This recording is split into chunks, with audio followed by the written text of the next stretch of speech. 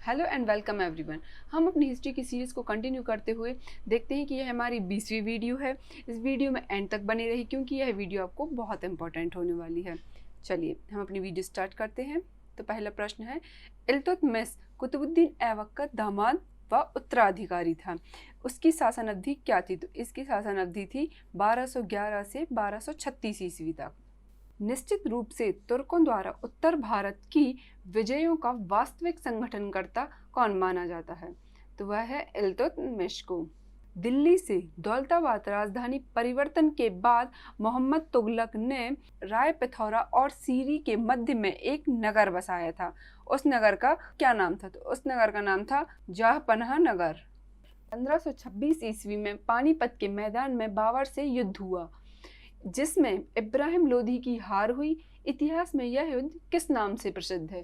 तो यह है पानीपत के प्रथम युद्ध के नाम से प्रसिद्ध है। भारत का वह पहला मुस्लिम शासक कौन था जिसने अपने सिक्कों या अभिलेखों में फारसी के साथ साथ नागरी लिपि का भी उपयोग किया था? तो वह थे शेरशाह। अगला क्वेश्चन है, चौथ और सरदेश मुखी वसूल करने के पीछे शिवाजी का मुख्य उद्देश्य क्या था? तो इनका मुख्य उद्देश्य था वे अपने वित्तीय स्रोतों का अनुपूरक चाहते थे। विजयनगर नरेश कृष्णदेव राय की रचना आमुक्त मल्याद का वर्ण विषय क्या है? तो यह है लोक प्रशासन एवं विदेश नीति। गुजरात को दिल्ली सल्तनत का एक समृद्धतम प्रांत माना जाता था। इसकी समृद्धि के प्रमुख कारण क्या थे? तो यह थे इसके समृद्ध बंदरगाह और हस्तशिल्प। इसके बाद है, महात्मा बुद्ध के समकालीन मगध के दो राजाओं के नाम बताइए। तो कौन है वो राजा? बिंबिसार और अजात शत्रु। सिकंदर के आक्रमण के समय नंद वंश का शासक कौन था? तो वह थे घनानंद। भारत में शकों की दो शाखाएं शासन कर रही थी। तक्षशिला और मथुरा में उत्तरी शाखा थी।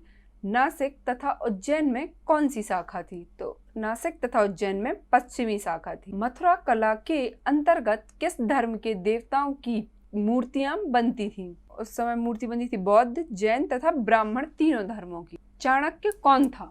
उसके प्रसिद्ध ग्रंथ का नाम क्या था? यह किस भाषा में लिखा गया था? तो चाणक्य नंदों को विनाश का नियोजक और चंद्रगुप्त मौर्य का प्रधानमंत्री था तथा इन्होंने संस्कृत भाषा में अर्थशास्त्र लिखी थी। कलिंग कहाँ है? किस मौर्य नरेश ने कलिंग का युद्ध लड़ा था? तो कलिंग है महानदी और गोदावरी के बीच उड़ीसा का एक भूक्षेत्र है और यह अशोक महान ने कलिंग का युद्ध लड़ा था। इसके बाद है, कौन सा दिल्ली सुल्तान अपने बाजार नियंत्रण के लिए सबसे अधिक प्रसिद्ध है? बाजार नियंत्रण के लिए सबसे महत्वपूर्ण उद्देश्य क्या था? तो यह है अलाउद्दीन खिलजी। विजयों के लिए प्रबंध एवं दक्ष सेना का रख रखाव, यह इस बाजार नियंत्रण का महत्वपूर्ण उद्देश्य था। अलाउद्दीन खिलजी द्वारा रणथंबोर पर आक्रमण का प्रमुख उद्देश्य क्या था? तो यह था रणथंबोर के अभेद दुर्ग पर अधिकार करना। उलेमा एक मुस्लिम धार्मिक व्यक्ति होता था। शासन पर उसका बहुत प्रभाव पड़ता था। इन्होंने अपने प्रभाव से शासन को मुस्लिम धर्म सापेक्ष करवा रखा था। इसके बाद है, भक्ति आंदोलन के प्रमुख संतों के नाम लिखिए। तो यह हैं रामानंद, कबीर, रामानुज, दादू, गुरु नानक, वल्लभाचार्य, चैतन्य आदि। अकबर के समय की चित्रकला के विकास हेतु पृथक विभाग का अध्यक्ष कौन था और इसे क्या उपाधि दी गई थी? तो हम देखते हैं, चित्रकला विभाग के अध्यक्ष थे अब्दुल समद और उसे सीरी कलम की उपाधि दी गई थी। हड़प्पा संस्कृति किस युग की देन है? उस समय को उल्लेख कीजिए जब वह अपनी फली फूली हड़प्पा काल किस प्रकार निर्धारित किया। तो हड़प्पा संस्कृति आद्य इतिहास की ताम्रपाषाण युगीन संस्कृति है। इसका उत्कर्ष काल 2350 से 1750 ईसा पूर्व कार्बन डेटिंग पद्धति से निर्धारित किया गया है। मैं कवि हूँ, मेरा पिता चिकित्सक है और मेरी माँ पिसनहारी है। सबका पेशा अलग होते हुए भी लाभ हेतु हम मवेशियों को पालते हैं। उपयुक्त कथन प्राचीन भारत के किस काल की सामाजिक व्यवस्था को चित्रित करता है? तो यह करता है ऋग्वैदिक कालीन को। सैंधव लिपि के बारे में आप क्या जानते हैं? सैंधव लिपि चित्रात्मक लिपि थी जो दाईं से बाईं ओर लिखी जाती थी। अभी तक इसे पढ़ा नहीं गया है। महाकाव्य काल में ईश्वर आराधना के किस मार्ग की खोज की गई थी? तो यह की गई थी भक्ति मार्ग की। अगला है बुद्ध काल में किस मगध नरेश ने लिच्छवियों को पराजित किया था तथा लिच्छवियों की राजधानी कहाँ थी? तो अजातशत्रु ने लिच्छवियों को पराजित किया था तथा इनकी राजधानी थी वैशाली। जैन धर्म के दिगंबर और श्वेतांबर संप्रदायों में क्या अंतर है बताइए? तो दिगंबर संप्रदाय में मोक्ष प्राप्ति हेतु अनासक्ति एवं नग्नता को आवश्यक माना गया है, जबकि श्वेतांबर संप्रदाय में नग्नता को अनावश्यक माना गया है। किस सम्राट ने देवानामप्रिय की उपाधि धारण की? इसका क्या अर्थ होता है? तो अशोक मौर्य ने देवानामप्रिय की उपाधि धारण की थी, तो इसका अर्थ होता है देवताओं का प्रिय। किस साक्ष्य से स्पष्ट होता है कि गुप्त काल में चांडाल नगर से बाहर रहते थे तथा नगर में प्रवेश करते समय लकड़ी बजाते हुए चलते थे, जिससे कुलीन मनुष्य उनसे बच जाएं? तो यह फहान के यात्रा विवरण साक्ष्य से यह स्पष्ट हुआ है।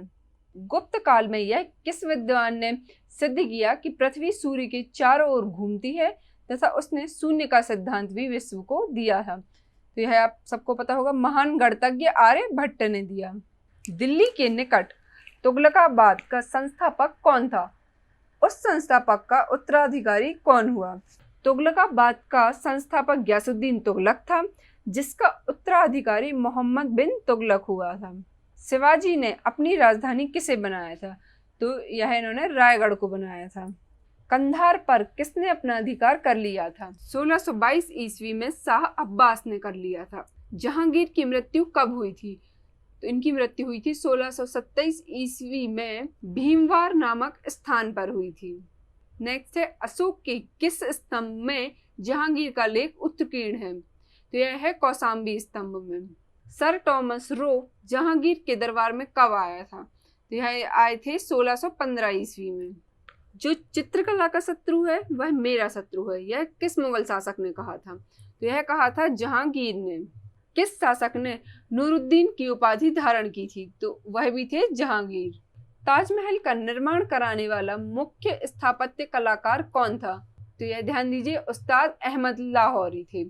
मयूर सिंहासन का निर्माण करने वाला मुख्य कलाकार कौन था? बेबादल खां।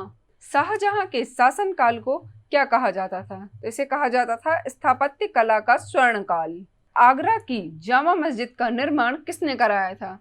तो यह करवाया था शाहजहां की पुत्री जहां आरा ने। शाहजहां के दरबार के मुख्य चित्रकार कौन थे?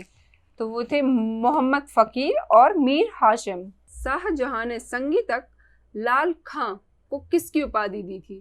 तो इन्हें दी थी गुड़ समंदर की उपाधि।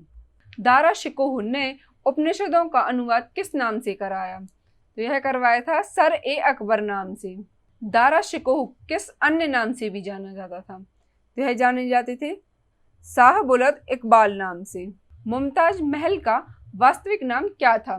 तो इसका वास्तविक नाम था अंजरमंद बानो बेगम। औरंगजेब के गुरु कौन थे? तो इनके गुरु थे मीर मोहम्मद हाकिम। बीबी का मकबरा कहाँ पर स्थित है? तो यह कहाँ है? औरंगाबाद महाराष्ट्र में। मदन्ना एवं अकन्ना नामक ब्राह्मणों का संबंध किससे था? तो इनका संबंध था गोलाकुंडा के शासक अब्दुल हसन से। औरंगजेब को किस स्थान पर दफनाया गया था? तो इन्हें खुलदाबाद में दफनाया गया था, जो कि वर्तमान में रोजा नाम से जाना जाता है। किस मुगल शासक का राज्याभिषेक 2 बार हुआ है? तो यह हुआ था औरंगजेब का। यह हम पहले भी देख चुके हैं। जवाबित का संबंध किससे था? तो यह था राज्य कानून से। जवाबित राज्य कानून से संबंधित था। इसके बाद क्या है? मुगल काल में किस बंदरगाह को बाबुल मक्का कहा जाता था? सूरत के बंदरगाह को। किस शासक के समय मुगल साम्राज्य की सीमाएं सबसे अधिक विस्तृत हुई थी? तो यह हुई थी औरंगजेब के समय। ईरान के शासक नादिर शाह ने मोहम्मद शाह को किस युद्ध में हराया था? तो इन्होंने करनाल के युद्ध में हराया था, जो कि 1739 ईस्वी में हुआ था। लंपट मूर्ख किस शासक को कहा जाता था? जहांदार शाह को। फिर क्या है? मुगल वंश का घृणित कायर किस शासक को कहा गया है? सियर को। किसके शासनकाल में अंग्रेजों ने दिल्ली पर अधिकार कर लिया था? तो यह किया था शाह आलम द्वितीय के शासनकाल में, जो कि 1803 ईस्वी में किया था। मुगल काल में मंत्री परिषद को क्या कहा जाता था? तो इन्हें विजारत कहा जाता था। सम्राट के घरेलू विभागों का प्रधान क्या कहलाता था? मीर समान। सूचना एवं गुप्तचर विभाग के प्रधान को क्या कहा जाता था? रोगा ए डाक चौकी। शाहजहां के शासनकाल में सरकार एवं परगना के मध्य कौन सी इकाई की स्थापना की गई थी? तो यहाँ चकला की इकाई की। औरंगजेब ने अपने शासनकाल में भू राजस्व की कौन सी प्रणाली को अपनाया था? तो उन्होंने नस्क प्रणाली को अपनाया था।